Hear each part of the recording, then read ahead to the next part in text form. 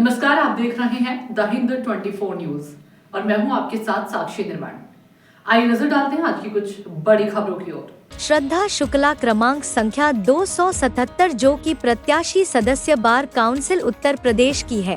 इनके द्वारा बताया गया कि यदि इस चुनाव में यदि अधिवक्ता साथियों ने हम पे विश्वास करते हुए जीत दिलाया तो इनके द्वारा अधिवक्ता हितों ध्यान में रखते हुए अधिवक्ता एडवोकेट प्रोटेक्शन एक्ट लागू करूंगी। साथ ही उत्तर प्रदेश के समस्त अधिवक्ताओं की बीमारी के लिए मेडिकल राशि 1 माह के अंदर भुगतान कराने का संकल्प को पूरा करूंगी। आइए देखते हैं क्या कहा श्रद्धा शुक्ला ने। Uttar Pradesh vice state head Sushant Tripathi से देवेंद्र शुक्ला की खास report. Uttar Pradesh bar council का चुनाव की घड़ियां निकट आती जा रही हैं, जो बड़ा विषय है। सारे प्रत्याशी की धड़कनें तेज हो रही हैं। क्या होगा, जो संघर्ष कर रहे हैं प्रत्याशी जी जान से लगे हुए। आज हमारे साथ हैं उत्तर प्रदेश बार काउंसिल की प्रत्याशी श्रद्धा शुक्ला। उन्हीं से बात होगी क्योंकि पूरे प्रदेश में हर जगह ये घूम रही हैं, बड़ा संघर्ष कर रही हैं। उसी विषय पे बात करेंगे। आप भी प्रत्याशी हैं बार काउंसिल की, इनका भी क्रमांक है 277। आइए बात करते हैं श्रद्धा शुक्ला जी। नमस्कार। नमस्कार। बताइए, आपने बहुत संघर्ष किया इस चुनाव में, कहाँ कहाँ गई, क्या क्या है, क्या संभावनाएं हैं, क्या रुझान मिल रहा है और अधिवक्ताओं का चल कर बताइए। देखिए, अभी तक मैं 45 डिस्ट्रिक्ट से ऊपर मैं अधिवक्ता भाइयों से मिल चुकी हूँ। 45 डिस्ट्रिक्ट में कवर कर चुकी हूँ। उसके ऊपर ही मेरी टीम हर जिले में लगी है इस समय।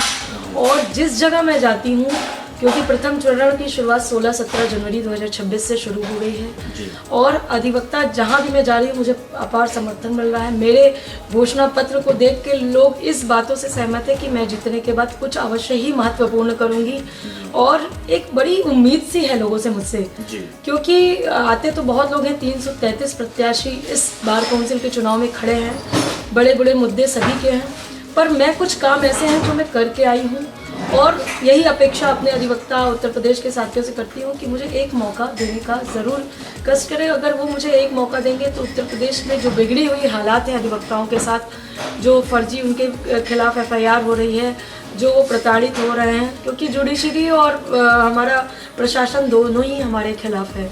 तो इस दशा में हमें अधिवक्ताओं के बेहतर भविष्य के लिए कुछ ऐसा महत्वपूर्ण कार्य करना है कि जिससे कि वो मुझ पे विश्वास कर सके। जैसा कि मेरा नाम है श्रद्धा, मैं इस प्रयागराज की पावन धरा से हूँ और अपने में बड़े बड़े वादे तो नहीं कर सकती, पर मेरे घोषणा पत्र में जो चीज़ें हैं उसमें 50% मैं उस बात को सत्य करके दिखाऊंगी, आवश्यकता से ज़्यादा। और अगर मैं इस काम को नहीं कर पाती हूँ तो मैं इस्तीफा दे दूँगी, क्योंकि उस पद में रहने का कोई महत्व नहीं होता है जिस पद में रह के अगर आप काम नहीं कर पा रहे हैं। मैंने जैसा कि पहले भी कहा था कि मुझे किसी सरकारी पद की बिल्कुल लालसा नहीं है। मुझे अधिवक्ता जो उत्तर प्रदेश के उनके भविष्य का निर्धारण करना है, उनकी स्वास्थ्य सुविधाओं को देखना है, जिसमें 10 लाख तक की कैशलेस व्यवस्था, उनके परिवार को भी कवरेज देना है, उनका परिवार भी सिक्योर रहे, सुरक्षित रहे। अधिवक्ता सुरक्षा अधिनियम जो हमारे अधिवक्ता उत्तर प्रदेश में हर एक प्रत्याशी का ये घोषणा पत्र में है कि एडवोकेट प्रोटेक्शन एक्ट लागू ही होना चाहिए और ये एक महत्वपूर्ण हम लोगों के लिए नीड है। आज अधिवक्ता, पहले का अधिवक्ता, अब का अधिवक्ता समाज के परिप्रेक्ष्य में सुरक्षित नहीं है। अगर हम किसी क्रिमिनल्स का भी मुकदमा लड़ते हैं तो वो क्रिमिनल भी आके हमको धमकी देता है कि अगर उसके खिलाफ खड़ा हो गए तो आपकी जान जाएगी। तो हमें अपनी सुरक्षा चाहिए, हमें अपने उत्तर प्रदेश के अधिवक्ताओं की सुरक्षा दिख रही। इस समय मेरा जो मुख्य एजेंडा है अधिवक्ता सुरक्षा अधिनियम, स्वास्थ्य व्यवस्था और जो भी भ्रष्टाचार हो रहा है इस समय हमारे उत्तर प्रदेश बार काउंसिल में।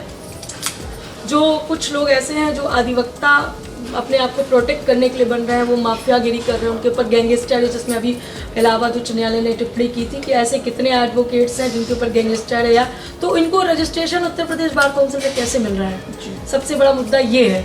और वही लोग अधिवक्ता कौम को पूरा बर्बाद कर रहे हैं, फर्जी प्रॉपर्टी कब्जा कर रहे हैं, गरीबों को सता रहे हैं। तो एक अधिवक्ता जो है गरीबों को न्याय देने के लिए होता है। मुझे नहीं लगता कि एक अच्छा अधिवक्ता इस तरीके का कार्य कर सकता है। तो मैं भ्रष्टाचार के खिलाफ मेरी पहली मुहिम है। जो भ्रष्टाचार है, जो चीज़ें गलत हो रही वहाँ मैं उसको सही करूँगी। और जितने माफियाज हैं वो तो ये भूल ही जाएं कि उनको बार काउंसिल में रजिस्ट्रेशन एंट्री मैं दूँगी। इसके खिलाफ मैं बिल्कुल बोलूँगी, इसके खिलाफ सरकार भी काम कर रही है, इसके खिलाफ न्यायालय है। हम अच्छे तरीके से काम कर सकते हैं, हम कलम के सिपाही हैं, तो हमको उसी तरीके से एक दायरे में रह के काम करना है। और उत्तर प्रदेश के मेरे अधिवक्ताओं से ये निवेदन है कि बार काउंसिल का ही कर्तव्य ये नहीं है कि बार काउंसिल ही ऐसे लोगों को देखे।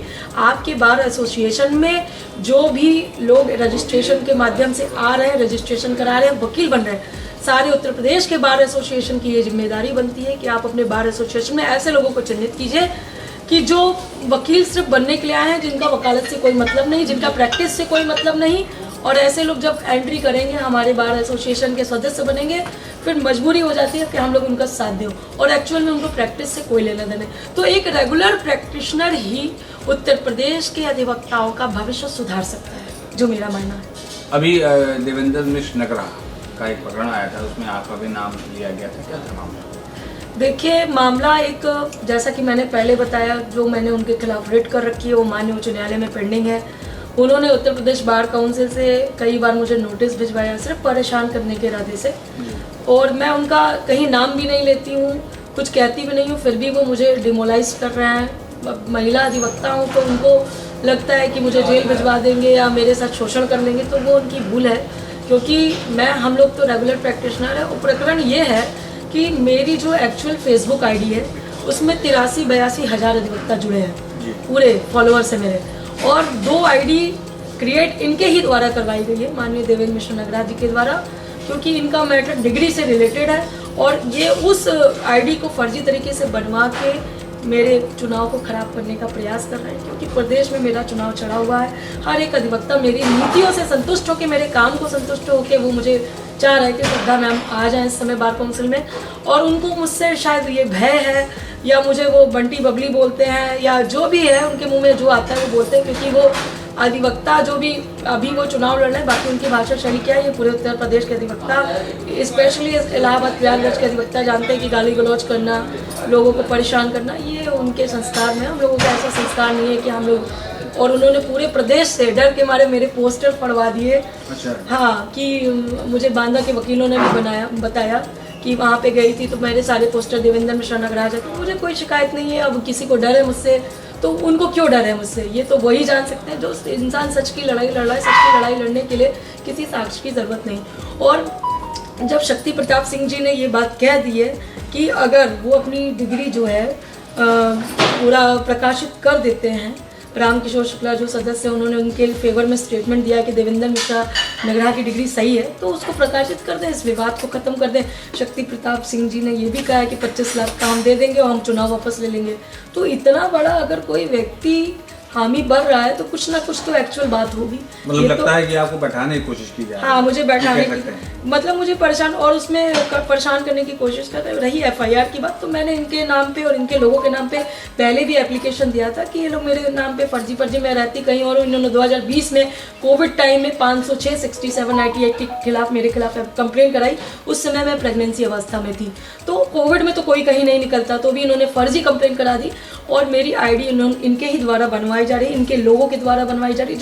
जो इनके टाइप के लोग हैं, जो माफियाज टाइप के लोग हैं, वही इनका साथ दे रहे हैं। अच्छा अधिवक्ता इनका साथ नहीं दे रहा है, और सारा अधिवक्ता इनसे पीड़ित है, क्योंकि ये सबको गाली बकते हैं। देखिए, एक अधिवक्ता के शिष्टाचार की भाषा होनी चाहिए।